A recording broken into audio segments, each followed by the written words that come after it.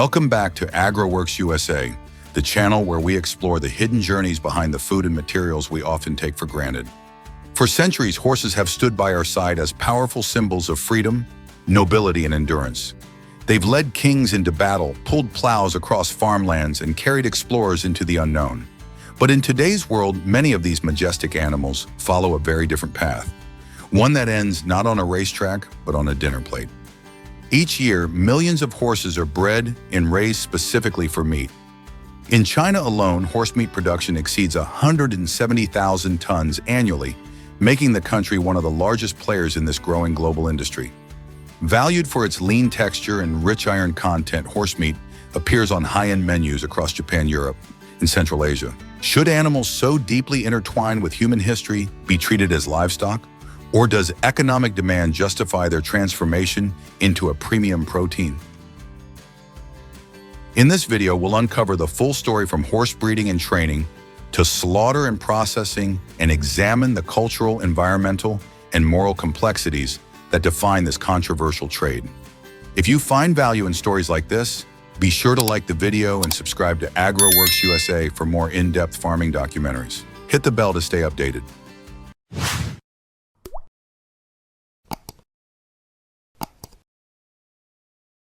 While the image of horses often evokes ideas of nobility and companionship, the reality is that horse farming for meat has quietly grown into a global industry worth billions. Today, over 60 million horses exist worldwide, and a significant portion are raised specifically for slaughter. Among the top producers, China stands out not just for its scale, but for how deeply integrated horse meat is in certain regional cuisines and cultures. According to data from the Food and Agriculture Organization, China produced over 170,000 tons of horse meat in 2022, alone accounting for nearly 1/5 of global output. The industry is concentrated in provinces such as Inner Mongolia, Xinjiang, Gansu, and Sichuan, where vast grazing lands and traditional knowledge support large-scale operations. Common breeds include the Kazakh, Mongol, and Heek horses, known for their hardiness and efficient meat yield. Horse meat is prized for being lean, high in iron and protein, and lower in fat than beef or pork. It features prominently in local specialties ranging from dried jerky and spicy stir-fries to nourishing soups and even raw sashimi-style cuts. Despite its controversial nature in Western countries, horse meat remains a staple in parts of Asia, Central Asia, and parts of Europe. As demand grows, China's horse farming industry continues to evolve, walking a delicate line between cultural tradition, economic opportunity, and rising ethical scrutiny.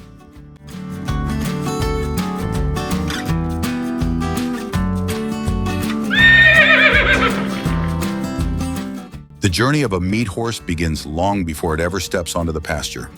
At specialized breeding farms across northern and western China, reproduction is managed with scientific precision to ensure genetic strength, herd productivity, and safe foaling. Mares typically enter estrus in early summer. Depending on the farm's scale and breeding goals, two methods are used: natural mating or artificial insemination, AI. While natural breeding allows stallions to compete for dominance, sometimes aggressively, AI has become increasingly favored for its safety, efficiency, and genetic control. In stud operations, semen is collected and carefully timed with ovulation cycles to improve conception rates. Once pregnant mares carry their foals for approximately 11 months.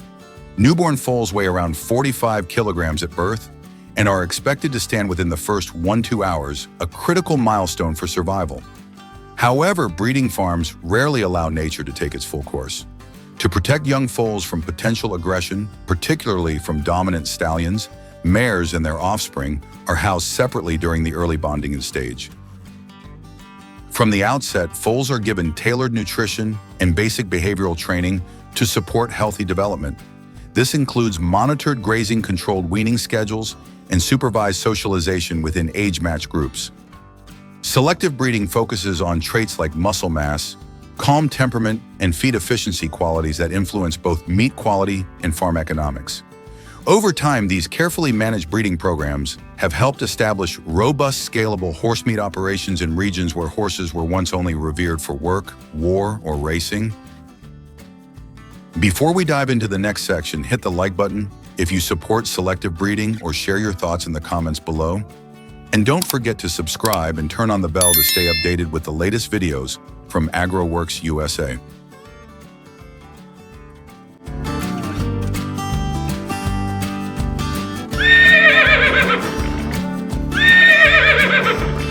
Nutrition and environment form the foundation of any successful horse meat operation.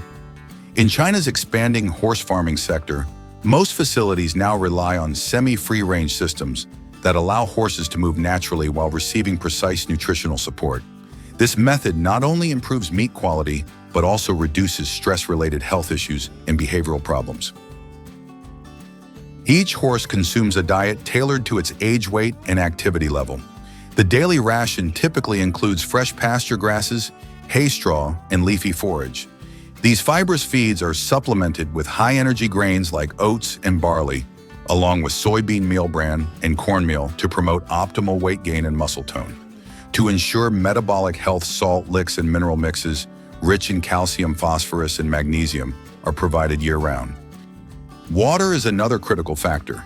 Depending on climate and workload, a horse may consume 20 to 40 liters of clean water per day. A farm with 1,000 horses must prepare for a daily demand of up to 40,000 liters of water and approximately 11.5 tons of feed, a logistical challenge that requires automated distribution systems and precise scheduling. Environmental conditions are also closely managed. In warmer regions, open-air shelters with shade structures help mitigate heat stress, while cold climate farms use insulated stables lined with straw to maintain body temperature. Flooring is kept dry and well-drained to reduce the risk of hoof disease. This hybrid model, blending mobility with controlled care, reflects a growing emphasis on welfare-conscious efficiency. It mirrors natural behaviors while maintaining productivity, striking a delicate balance between industrial output and humane animal husbandry.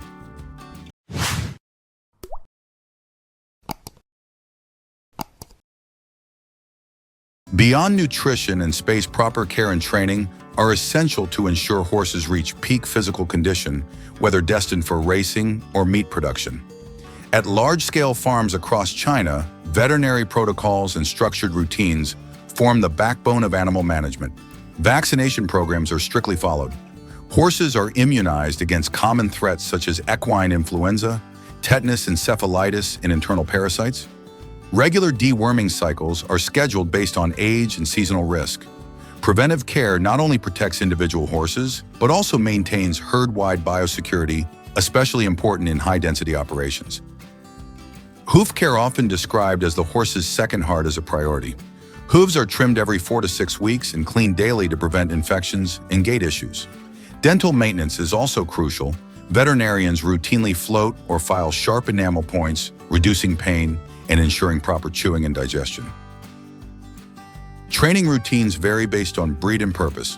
Horses raised for racing undergo months of structured exercise to build speed, reflexes, and stamina. On modern farms, mechanized treadmills simulate galloping in controlled environments, reducing the risk of injury while increasing cardiovascular strength. Even horses bred for meat benefit from gentle, consistent handling. Early-stage training helps reduce fear, making transport, medical exams, and daily routines safer for both animals and handlers. In some high-value cases, such as stud animals or sport horses, advanced care is provided, including surgical interventions for fractures or digestive issues. However, for most meat horses, the focus remains on basic health, stress reduction, and efficient weight gain within practical resource limits. Are you impressed by the horse farming and care process? Type 1 in the comments if you found it fascinating and if you'd love to visit one of these farms someday.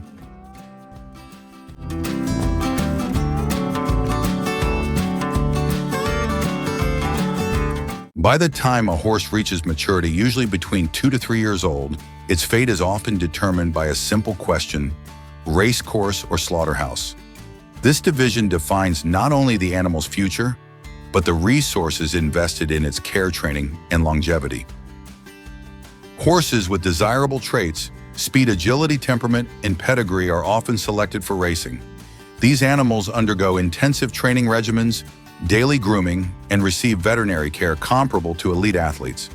Their diets are meticulously balanced and their medical needs are addressed with advanced treatments, including surgeries and digital diagnostics. However, not all horses meet the physical or genetic standards for sport. Many, especially those from large-scale breeding programs, are designated for meat production. While still cared for responsibly, these horses receive a more utilitarian level of attention. The divide extends beyond farm management. Racehorses typically enjoy careers spanning 2 to 6 years, after which they may be retired, sold, or in some cases transitioned into the meat trade. Meanwhile, meat horses are harvested between 3 to 6 years of age, depending on breed and market demand. This dual-purpose reality reflects the complexity of modern horse farming, a system where genetics, economics, and human judgment intersect, often drawing the line between glory and anonymity with a single decision.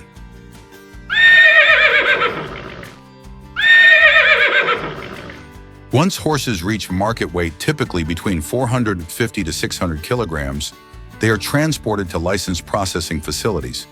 While controversial, the slaughter process is governed by strict protocols designed to minimize suffering and ensure food safety. The procedure begins with stunning a critical step to render the animal unconscious and prevent distress. The most common method involves a captive bolt pistol pressed firmly against the horse's forehead. Once unconscious, the horse is moved to the slaughtering area, where it is bled out and processed. Skilled butchers quickly separate the carcass into primary meat sections, including the back loin, shoulder, and thigh. These cuts are then hung on steel racks and placed into deep freeze chambers, where temperatures are tightly controlled to preserve freshness and prevent bacterial growth. Compared to pork or beef, horse meat is leaner with higher iron and protein content and a subtle sweetness that appeals to refined palates. It's especially popular in Japan, France, Belgium, and Central Asia, where dishes like tandoor roasted horse, cured sausages, and raw basashi are considered delicacies. In China, horse meat appears in regional specialties such as spicy stir-fried dishes, hot pots, and medicinal broths.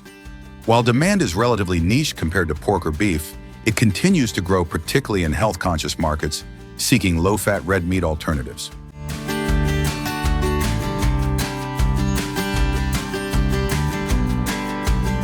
The commercialization of horse meat continues to divide public opinion.